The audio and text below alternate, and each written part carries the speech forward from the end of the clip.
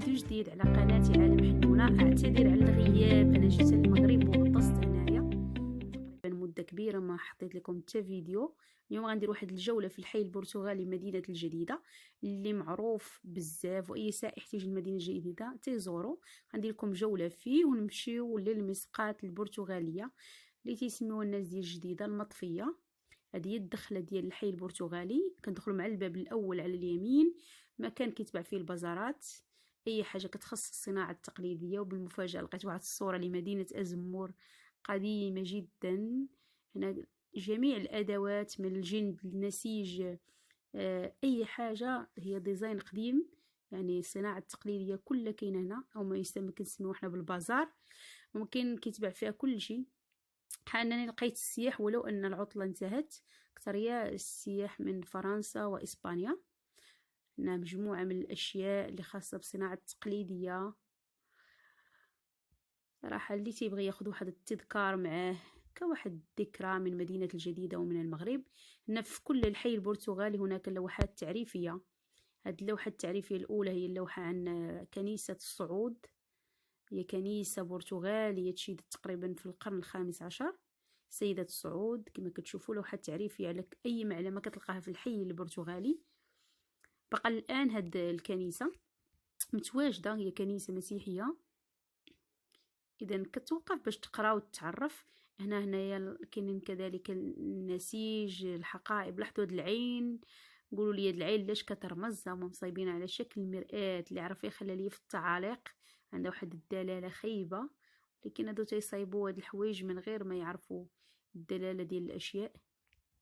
كتوقع هاد القضيه. هنا اي حاجه كتخص الجلد، هذا كيبيع داكشي ديال الحمام المغربي. مع السياح كيكون عندهم فضول انهم يستعملوا الحمام المغربي اللي معروف ما شاء الله، معروف للصعيد العالمي. هنا اي حاجه كتخص صور فوتوغرافيه، لوحات تشكيليه متنوعه جدا. يعني هذا التذكار ممكن انك تقتني، كيدير تقريبا شي 20 درهم. كاين تذكار على خريطة المغرب او على مدينة الجديدة موروكو. وكاين كذلك حتى النسيج بكثرة، خصوصا النسيج الزرابي اليدوية، هي هذه الامازيغية اللي معروف بها المغرب ككل ومعروفة بمدينة الجديدة. انا في الطريق ديالي الى المسقات وكندير بكم جولة تعرفوا على داكشي اللي تيتباع هنا. واحد السائحه فرنسيه قالت لي انت منين؟ بنت لها كنفلوغي كنصور، قلت لها انا من المغرب. جا عجب انني تنصور هادشي ديال بلادنا.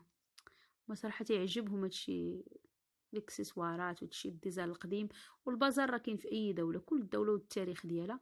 هاد الفوانيس مصنوعين من الحديد. فوانيس ياك ولا غلطت انا؟ عجبني هاد الدرب تبارك الله منظمينه نقا ما شاء الله. يعني الامن متوفر في هذه المنطقه اللي كيسميوها المغاربه بالملاح. هنا المسقات البرتغاليه تيسموها نزيه جديده بالمطفيه، وتصنف ضمن التراث العالمي. هذه هي الدخله. ممكن تكون يوم الجمعه بالمجان، ولكن الايامات العاديه تتخلص 10 دراهم. صراحه تستحق انك تجي ليها وتشوفها. اي واحد تيجي جديده تيجي ليها، سواء كان مغربي او كان اجنبي. معروفه المسقات البرتغاليه او خزان المياه، عنده واحد المنظر رائع رائع رائع جدا. الديزاين اللي كاين قديم من عهد البرتغال، طريقه باش مساو محافظين على المعالم حتى انهم ما سابغينهاش، يعني باقي داك اللون القديم ديالها. وتما الوسط كاين الماء، ما كتقدرش توصل تما، ومشي الماء بزاف لكن كتخاف. لقيت هاد القطيطه حتى هي مسكينه تدور هنا، غير تنزل تنبالا تنصور تمي جايه عندي. صراحه مسكينه يمكن جيعانه، ما كناش عارفين ما نجيبوا لها معنا شي حاجه. تدور حتى هي تتسارى هنايا. تشوف الضو تتمي جايه عند الكاميرا، ملي تنوقف تمشي. انا لقيت السياح بزاف. فرنسا اغلبيه اكثريه الفرنسيين تيزوروا المغرب. خليكم تستمتعوا بجمال المناظر اللي كاينه في مسقات البرتغاليه.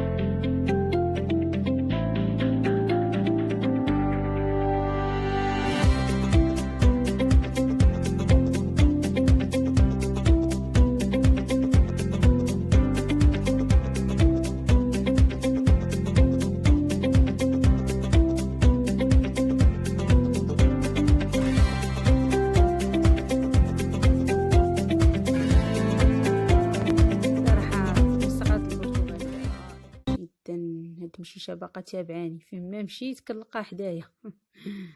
حتى هي تتسالى مع راسها وتستمتع. هنا الفوق ديال ملي تخرج من مسقط البرتغاليه، هنا كاين هاد البلاصه دايرين فيها اللوحات تشكيليه، وكاين حتى فيها واحد المجسم مصايبينو الحي البرتغالي كامل بالاسوار ديالو. ولكن واحد التعريف على مدينه مازاغان، المدينه البرتغاليه معروفه. مازاغان الاسم ديالها تسمت بالمازاغان وتسمت بالجديده كذلك. هذا هو مجسم على السور البرتغالي كامل. هنا راه تيبان اسم المهندس اللي قام بالانشاء ديالو في 2019. هادو كلهم لوحات ماشي تشكيليه، ولكن لوحات على مرسوم السور البرتغالي. صراحه كانت جوله زوينه داخل المسقات البرتغاليه. ومن بعد مشيت السور من الفوق.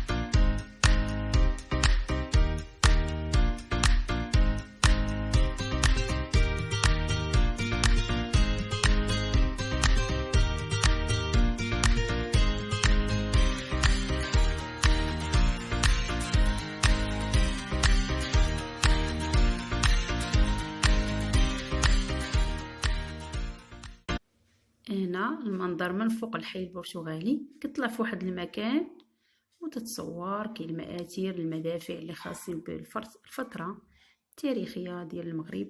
كتعرفوا بأن مدينة جديدة كانت مستعمرة من طرف البرتغال وعاد من فرنسا. هنا المنظر كيبان لك. هنا المرسى كيبان لك هاد المنطقة تيقولوا لها نزيه جديدة المون، معروفة بزاف. هنا كتكون انت في هاد البلاصة فوق الملاح كامل. ممكن تمشي مجموعة من الأماكن. كانت هذه الجولة ديالي. نتمنى أن الفيديو ديالي يعجبكم. ما تنسونيش من لايك والاشتراك في القناة، وإلى اللقاء.